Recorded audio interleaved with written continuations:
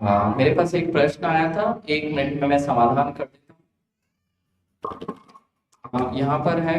नमोस्तु भगवान, जो महिलाएं अशुद्धि में भोजन बनाती हैं उसका परिवार पर क्या असर होता है, और उसी के साथ में जो मंदिर आदि के धन को निजी उपयोग करने पर क्या दोष लगता है, क्या समाधान कीजिए। यहाँ पर जितने भी आजकल क्रिटिकल रोग हो रहे हैं वह इसलिए हो रहे हैं कि घर में अशुद्धि के समय की मर्यादाएं समाप्त हो रही हैं। बहुत क्रिटिकल रोग जिनके इलाज भी नहीं मिल रहे हैं, उस समय यदि भोजन दिया जाता है तो साइंस इस बात को आज प्रूव कर चुका है कि अशुद्धि में बनाया गया भोजन विष का काम करता है।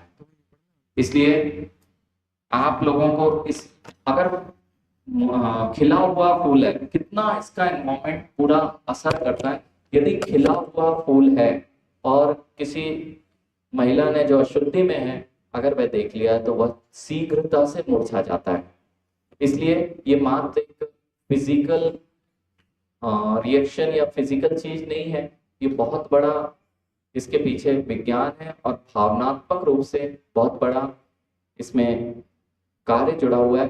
किसी भी दर्शन में, किसी भी देश में, किसी भी कंट्री में इस सब जगह इस चीज की बात को एक्सेप्ट किया जाता है।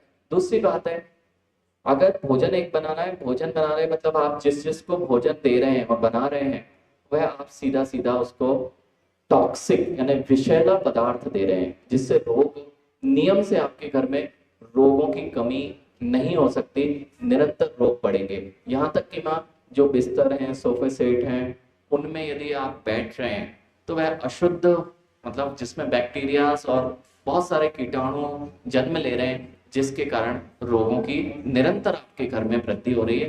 दूसरी एक और बात यहाँ बीच में मैं कह दूं कि जितने भी लोग अशुद्धि के समय संयम का पालन नहीं कर पाते हैं और उनके जो बच्चे आदि होते हैं उनमें विकलांगता, मानसिक रोग, अनेक प्रकार की ऐसी कमियां देखी जाती हैं जो अशुद्धि के समय भी संयम आदि का पालन नहीं करते हैं। इसलिए जिन आगम तो ये कहता है अशुद्धि के समय उस माँ को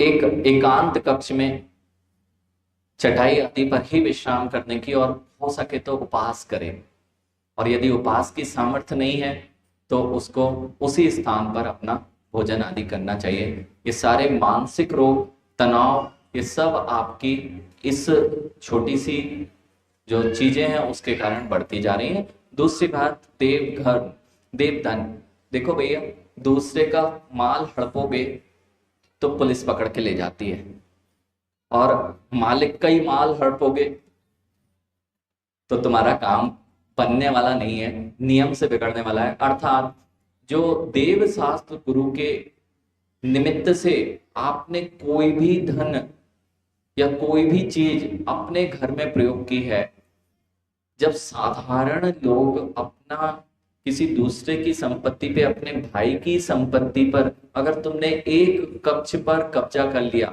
या उसके 1 लाख रुपए को तुमने लगा लिया और वह दूसरे की संपत्ति पे कब्जा किया गया है तो आपको शासन द्वारा दंडित किया जाता है।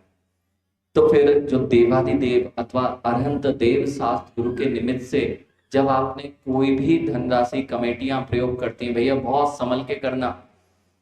कमेटी में बनना आसान है लेकिन कमेटी नरक भेजने का कारण बन जाती है।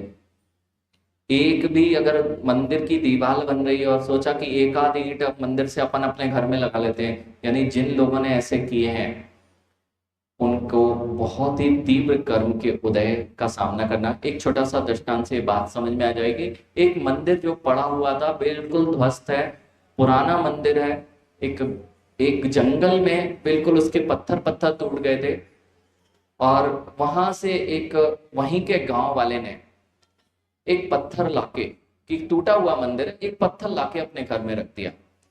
यानी जब दूसरे का माल हजम नहीं होता और वह पत्थर जब तक उसके घर में रहा वह बहुत परेशान रहा, और जैसे ही उसको समझ में आया कि कुछ ना कुछ गड़बड़ हो रही है, उसने जाके वह पत्थर वापस उसी जगह छोड़ के आया, तब जाके काम उसके बनना ठीक हुए। भैया दूसरे का धन हजम करोगे तो पचाना मुश्किल है, और फिर देवादिदेव अथवा देव साहस गुरु के निमित्त से ही तुम हड़प कर जाओगे, उसको पचाने की सामर्थ्य तुम्हारे पास है नहीं। नियम से तुम्हारा बहुत बड़ा पाप का आश्रय होगा।